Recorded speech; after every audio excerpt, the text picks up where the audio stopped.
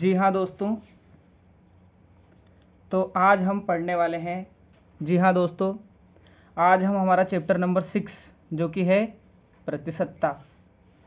और परसेंटेज एक ऐसा चैप्टर है जो कि बहुत ही इम्पोर्टेंट है, जो स्कूल लेवल पे, जो स्कूल में जो बच्चे पढ़ते हैं उनके लिए भी, और जो कंपटीशन एग्ज़ाम की तैयारी करते हैं उनके लिए तो बेहद ही इम्पोर्टेंट चैप्टर ये है। ये अगर आपको आता है ये चैप्टर, तो आप बहुत सारी चीज़ों को आसानी से इजीली कर पाएंगे। तो आपके लिए मैं आज बहुत ही बेहतरीन और बहुत ही शानदार चैप्टर लेके आया हूँ जो है प्रतिशतता। अगर हम इंग्लिश मीडियम से हैं तो इंग्लिश मीडियम में इसको परसेंटेज बोलते हैं, ठीक है कि नहीं। परसेंटेज जो है इसमें सबसे पहले हमें पता होना चाहिए कि व्हाट इज़ प्रतिशतता, व्हाट इज़ परसेंटेज, ठीक है कि नहीं। तो परसेंटेज क्या होता है? प्रतिशत वह भिन्न है जिसका हर क्या होता है, 100 होता है, ठीक है ना। यानी हर में क्या रहेगा, 100 राइट किया हुआ रहेगा, ठीक है कि नहीं। तथा अंश कोई भी एक संख्या होती है, ये अब कोई भी संख्या हो सकती है, 10 हो सकती है या 20 भी हो सकती है, ठीक है। ऐसी कोई भी संख्या हो सकती है जो क्या हो, 10 हो, 20 हो, 30 हो, 50 हो, कोई भी एक संख्या हो सकती है। अगर हम देखें तो एक्स परसेंटेज का अर्थ क्या है, किसी वस्तु का 100 बराबर भागों में बांट दिया जाए, उसमें से एक एक्स भाग लिया जाए, ठीक है कि नहीं। जैसे कोई संख्या है हमारे पास एक, इसको हम कितने भागों में बांट दें, 100 भागों में बांट दें। उसमें से अगर हम एक भाग को लेते हैं तो ये कितना हो जाएगा, 1% हो जाएगा, मतलब उस संख्या का 1%, ठीक है कि नहीं। आपको आसानी से, आशा करता हूँ समझ में आया होगा कि अगर किसी भी संख्या को हम 100 भागों में बांट दें और उसका एक भाग लें तो वो 1% हो जाएगा। अगर 10 भाग ले तो 10% हो जाएगा, और 100 भाग ले तो 100% हो जाएगा, ठीक है कि नहीं। समझ में आ रहा होगा, ठीक है कि नहीं।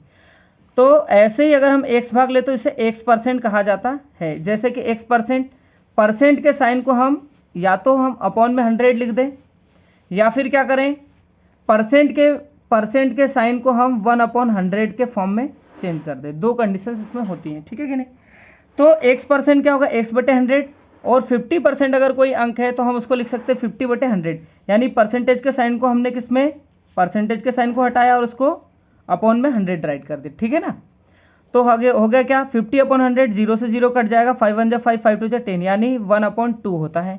इसकी भिन्न में अगर परिवर्तित करें या हम इसको रेशनल नंबर में कन्वर्ट करें किसको, 50% को, तो इसकी वैल्यू क्या आएगी, 1/2 आती है।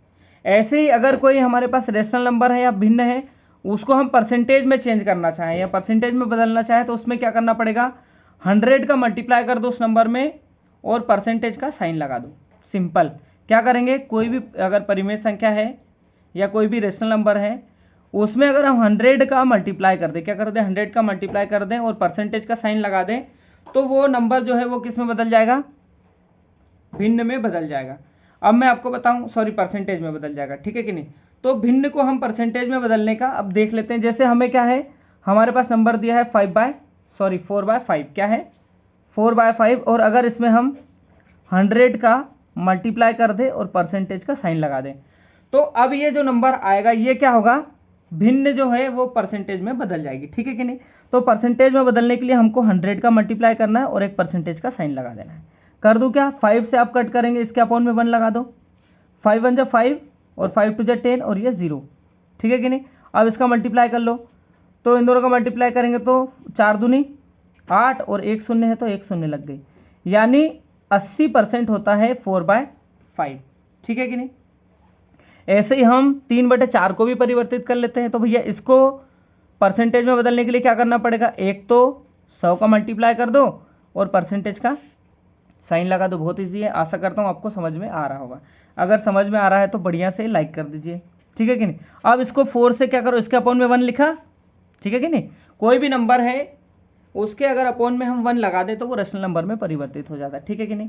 तो 4 एकम 4, 4 2 8, बचे कितने, 2, 4 पंजे 20, और 25 से कितना हो गया, 75, ठीक है कि नहीं। और परसेंटेज का साइन एज इट इज, यानी 75% क्या होता है, 3/4 होता है, ठीक है कि नहीं।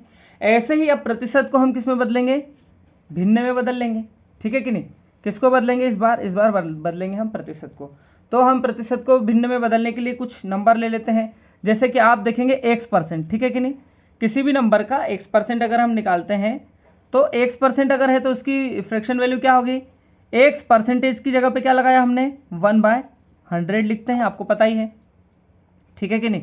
तो ऊपर का ऊपर मल्टीप्लाई तो x बन जा x और नीचे का नीचे मल्टीप्लाई 100 बन जा 100, यानी इसकी वैल्यू क्या हो जाती है x/100, ठीक है कि नहीं। अब हम कुछ क्वेश्चन ले लेते हैं। देखिए हमारे क्वेश्चन हमारी स्क्रीन पर आ चुके, तो ये हमारे सामने आ चुके हैं। अब हम 10% को परसेंटेज को हम भिन्न में कैसे बदल सकते हैं, ठीक है कि नहीं, ये सारी चीज़ें हम देखने वाले हैं कि भिन्न में प्रतिशत को हम भिन्न में कन्वर्ट कैसे कर सकते हैं, ठीक है। तो हमारे पास है 10%, तो 10% तो 10 तो हमारे पास है, ठीक है कि नहीं। और परसेंटेज को आपको पता है क्या लिखते हैं 1/100 हम राइट कर देते हैं। इसके अपॉन में क्या लगा दिया 1 लगा दिया, ये 0 से 0 कट गया, यानी इसकी फ्रैक्शन वैल्यू क्या होगी 1/1, 1 एकम 1 और 10 एकम 10, यानी क्या हो जाएगी 1/10। ऐसे ही हम 80 को कन्वर्ट कर लेते हैं, तो 80 तो वैसे का वैसा परसेंटेज के प्लेस पे क्या करेंगे 1/100, ठीक है। इसके अपॉन में कुछ नहीं, इसके अपॉन में 1, ये 0 से 0 कट कर दिया, तो इसकी वैल्यू क्या आ गई 8/10 आ गई। या इसको और कट कर सकते हैं तो 4 2 चुको 8 और 2 पंजे 10, यानी क्या हो जाएगा 4/5, ठीक है कि नहीं। तो आशा करता हूँ आपने ये देख लिया होगा कि कैसे प्रतिशत को भिन्न में बदलते हैं, भिन्न को कैसे प्रतिशत में बदलते हैं, आपको समझ में भी आ गया होगा। अब हम कुछ परसेंटेज के मान जो कि हम अगर याद कर लें तो इजीली हमारा क्या हो जाएगा, इजी हो जाएगा सारे क्वेश्चन को सॉल्व करना। तो आप देखेंगे कि कुछ परसेंटेज के ऐसे विशेष मान हैं जो हमें पता होना चाहिए, जो कि हमारी स्पीड को क्या कर देंगे, बढ़ा देंगे। तो कैसे ये स्पीड को बढ़ा देते हैं आप देखते हैं, आपको बहुत बढ़िया से ये समझ में आ जाएगा। सबसे पहले अगर कोई भी चीज़ अगर 100% है तो वो वस्तु क्या है, एक है ना।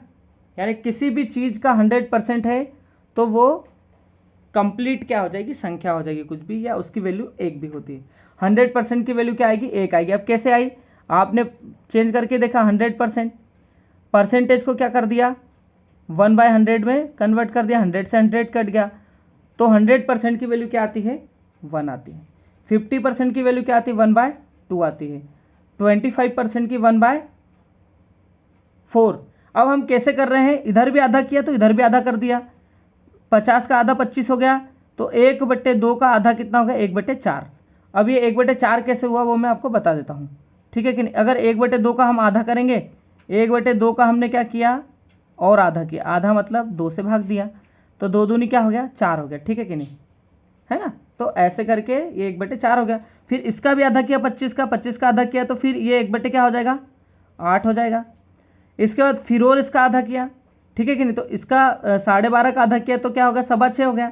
तो 6.25 को हम लिखते हैं 6/1/4%, तो ये क्या होता है 1/16। इसमें भी ये हर का डबल हो रहा है, तो इधर भी क्या हो गया 8 से कितना हो गया 16 हो गया। तो ये कुछ वैल्यू हैं जो हम सीरीज से हमने देखी कि 100 का हाफ 50, 50 का हाफ 25, 25 का हाफ जो क्या हो गया वो हो गया 12 एंड 1/2, इसका हाफ क्या हो गया 6/1/4, है ना। इसके बाद क्या हुआ, इधर भी हम हाफ हाफ करते गए, तो सारी इसकी वैल्यू हम इजीली निकाल सकते हैं, याद करने की हमको ज़्यादा ज़रूरत नहीं है। अगर हम 200% का देखें तो 100% का 1 होता है, 200% का इधर 2 टाइम हो गया, मल्टीप्लाई हो गया, 300% में 3 टाइम हो गया, ठीक है कि नहीं। अब इसका भी देखते हैं, अगर कोई वैल्यू 10% है तो 10% का हमने निकाल के देखा था, ये 1 क्या आया 10 आया, तो ये कितना हो गया 1/10 हो गया। अब 20% में इधर भी हाफ हुआ है, इधर भी क्या हुआ है डबल हुआ है, तो इधर भी होता डबल, तो ये 2 क्या हो जाता 10 हो जाता, ठीक है कि नहीं। और इसको अगर कट करें 2 1 2 2 5 10, यानी क्या हो गया 1/2 आ गया। इसके बाद फिर इसका 3 टाइम हुआ तो 3/10 हो गया। अगर 10 का हम 40% अगर निकालें तो 4 गुना होता है, तो 4 गुना होता है तो 4/10, 10% का 4 गुना। फिर कट कर दो 2 2 जा 4 2 5 जा 10, तो इसकी वैल्यू क्या आ गई 2/5। इसके बाद फिर 6 टाइम कर दो तो 6/10 हो गया, और इसकी वैल्यू क्या आ गई 3/5 सॉरी, है ना। इसके बाद फिर 8 गुना कर दो तो 8/10 हो गया। 8/10 को अगर कट करोगे तो 4 टाइम, ये हो गया 5 टाइम, यानी 80% की वैल्यू क्या हो गई 4/5 हो गई। ऐसे ही 300% का आधा किया तो कितना परसेंट हो गया 150%, तो इधर भी 3 के बटे में क्या कर दिया 2 कर दिया, आधा हो गया। फिर 75% यानी फिर 150 का आधा, तो ये फिर अपॉन में क्या कर दे, इसके मल्टीप्लाई में अगर 2 कर देंगे, 2 2 जा क्या हो जाएगा 4 हो जाएगा, तो ये 3/4 हो गया। फिर इसके बाद आप देखो कुछ वैल्यू और हैं, इनको अलग कर देते हैं। 5% का वैल्यू जो होगा वो 10% का आधा होगा, यानी इसका भी और आधा करेंगे तो ये मल्टीप्लाई में 2 हो जाएगा, तो 10 दूनी क्या हो जाएगा 20 हो जाएगा, तो 1/20 हो गया। फिर इसमें 4% की वैल्यू क्या आती है, 1/25 आती है। आप 4% की वैल्यू निकाल के दे सकते हो, परसेंट के प्लेस पे क्या हो गया 1/100 कट कर दो, तो 4 एकम 4, 4 दूनी 8, यानी 1/20, सॉरी 4 पंजे 20, तो 1/25 हो जाएगा। फिर एक कुछ 2 वैल्यू और हैं जो आप याद रखें, 33 सही 1/3%, इसका मतलब होता है 1/3, और 66.2/3 की वैल्यू क्या होती है 2/3। ये देखिए दोस्तों कुछ क्वेश्चंस जिनको हम सॉल्व कर सकते हैं, जो कि कंपटीशन एग्ज़ाम के पर्सपेक्टिव से बहुत ही इम्पोर्टेंट है। उनके लिए कुछ फॉर्मूले हमारे पास हैं। अगर हम देखें, यदि कोई ऐसी चीज़ है ना, यदि एक कोई ए वस्तु है जिसका जो मान है वो बी से कितना R% अधिक है, ठीक है कि नहीं, बी से कितना अधिक है R% अधिक है, और उस कंडीशन में हमको क्या करना है, बी का मान ए से कितना कम या ज़्यादा होगा ये निकालना है हमको। तो बी का मान कितना कम होगा, जब ए का मान बी से क्या हो R% अधिक होगा ना, मतलब ए का मान जो है वो बी से R% अधिक है। कोई एक वस्तु है ए, ठीक है कि इसका मूल्य है 20 रुपये, ठीक है कि नहीं, और कोई एक वस्तु बी है जो क्या है बी से कुछ % अधिक है, मतलब ये 20 है और ये कितनी है 25 है, मतलब बी वस्तु से कोई ए वस्तु क्या है 25 अधिक है, ठीक है कि नहीं।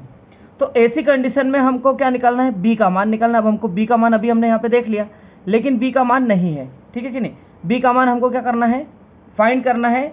तो ये ए से कितना कम है, क्योंकि ए हमारा ज़्यादा है, बी क्या है कम होगा, तो अब ये बी जो है ए से कितना कम होगा, तो बी की वैल्यू निकालने के लिए हमको क्या करना पड़ेगा, फॉर्मूला लगाना पड़ेगा। सबसे पहले इसमें फार्मूला जितने % अधिक है आर अपॉन में आ जाएगा 100 + R, मतलब 100 से कितना अधिक है, मतलब जो बी की वैल्यू है उससे बी की वैल्यू निकालना है, तो बी की वैल्यू 100 है, 100 से ये R% क्या है अधिक है, तो R जोड़ना पड़ेगा, और इसका क्या निकाल लो % निकाल लो, तो बी की वैल्यू हमारी आ जाएगी। और चूंकि हमने 100 का मल्टीप्लाई किया है, इसलिए परसेंटेज का साइन हम क्या कर देते हैं ऐड कर देते हैं। ऐसे ही अगर हम देखें, यदि ए का मान जो है वो बी से कम हो, अब हमने अधिक के लिए देखा था अभी, अब यहाँ पे किसके लिए देखेंगे R% क्या हो कम हो, तब बी का मान ए से कितना अधिक होगा। चूंकि क्या है बी का मान जो है R% क्या है ए से कम है, यानी ए का मान जो है वो कम है, जैसे कि 1 से, और हो सकता है कि वो 20 हो, ठीक है कि नहीं, और बी का मान जो है वो क्या हो 25 हो, ठीक है कि नहीं, यानी ए से बी का मान इस बार क्या है अधिक है। तो ए का मान जो कितना अधिक, बी का मान जो है वो ए से कितना अधिक है ये अपने को बताना है, तो इसमें भी निकालना है किसका मान, बी की वैल्यू निकालना है। तो आर वही जितना कम है या ज़्यादा है, और अगर ये कम है तो क्या करना पड़ेगा, इसमें वही रेट को 100 से माइनस करना पड़ेगा, क्योंकि कोई भी चीज़ क्या होती है 100% होती है, और उससे कितने % कम है R% कम है, तो R को कम कर दो, ठीक है कि नहीं, और % 100 का मल्टीप्लाई करेंगे तो ये % का साइन लग जाएगा। सिंपल फॉर्मूले हैं, अगर आप सॉल्व करोगे, आगे हम क्वेश्चन करेंगे तो आपको इजीली सारी चीज़ें समझ में आ जाएंगी। इसके बाद अगर हम देखें, एक चीज़ होती है किसी वस्तु का भाव जो है, किसी वस्तु के भाव में R% की वृद्धि हो, किसी वस्तु का भाव अगर R% बढ़ जाए, मतलब वस्तु पहले 100 रुपये में मिल रही थी, यानी x नहीं, पहले वस्तु 20 रुपये में मिल रही थी, और अब वो क्या है वो अब 25 रुपये मिलने लगी, 20 से 25 यानी 5 रुपये उसका कीमत बढ़ गया। अब कुछ ना कुछ % में ये वृद्धि हुई है। अब हमको क्या करना है, वृद्धि हो जाने पर इस मद पर खर्च ना बढ़े, मतलब हम 20 रुपये में जितना सामान खरीद रहे थे, मतलब अगर 100 रुपये का सामान खरीद रहे थे तो खरीदना अब हमको 100 पे ही है, पर अब 25 के हिसाब से चीज़ें तो कम आई है, क्योंकि 20 के हिसाब से यहाँ पे 5 चीज़ें आ जाती थी, ठीक है कि नहीं, लेकिन 25 के हिसाब से कितनी आएगी 4, मतलब चीज़ें कम आएंगी। अब तो हमें क्या करना है, वस्तु में कमी करना है, तो वस्तु की खपत में कितनी कमी करना है कि हमारा 100 रुपये में ही काम चल जाए, ठीक है कि नहीं। तो अगर हमें 100 रुपये में ही काम चलाना है तो फिर क्या करना पड़ेगा भैया, तो वस्तु की कमी क्या है, अब देखो वृद्धि हो रही है यहाँ पर भी, तो फार्मूला वही R% की वृद्धि हो रही, वस्तु की कीमत जो थी वो 100 थी, 100 से R% की वृद्धि हुई, तो वही 100 का मल्टीप्लाई करेंगे और ये परसेंटेज का साइन। सेम चीज़ें हैं जैसे हमने पहले वाले क्वेश्चन में किया था, एकदम वैसा का वैसा ही क्वेश्चन है, लेकिन इसमें खर्च हमको नहीं बढ़ाना है, ठीक है कि नहीं। ऐसे ही किसी वस्तु के भाव में अगर R% की कमी हो जाए, ठीक है कि नहीं, तो अगर R% की कमी हो जाए तो इस पर मद पर क्या है, खर्च कम ना हो, मतलब खर्च हमको क्या करना है, उतना ही करना है, परंतु वस्तु की खपत को क्या कर देना है, बढ़ा देना है। तो फार्मूला क्या लगेगा भैया, फार्मूला वही लगेगा R। अब वस्तु की कीमत क्या हुई है, कम हुई है R%, तो वस्तु की कीमत 100 से R कम कर दो और 100 का मल्टीप्लाई कर दो और परसेंटेज का साइन लगा दो। अगर हम जब इसको सॉल्व करेंगे तो हम आसानी से उसकी खपत में कितनी वृद्धि करना है वो हम आसानी से निकाल पाएंगे। अभी देखिए कुछ छोटे छोटे दो फार्मूले और हैं जो कि आपकी स्क्रीन पर आपको दिखेंगे। ये देखिए, ये हमारे सामने बहुत ही इम्पोर्टेंट, आपने कई बार पढ़ा होगा, ठीक है कि नहीं, कि किसी शहर की जनसंख्या बढ़ गई, किसी शहर की जनसंख्या पहले कितनी थी अब कितनी हो गई, ठीक है कि नहीं, या उसकी दर बढ़ रही है या दर कम हो रही है, तो कितनी जनसंख्या पर क्या असर पड़ेगा। तो किसी शहर की जनसंख्या अगर क्या है, P है, अभी फिलहाल में उसकी जनसंख्या कितनी है, P है, और R% की दर से वो बढ़ती है, ठीक है कि नहीं। अगर R% की दर से वो बढ़ती है तो हमको क्या करना है, यहाँ पर साइन कौन सा लेना है, प्लस का लेना है, और अगर कम होती है तो साइन कौन सा लेना है, माइनस का लेना है, ठीक है कि नहीं।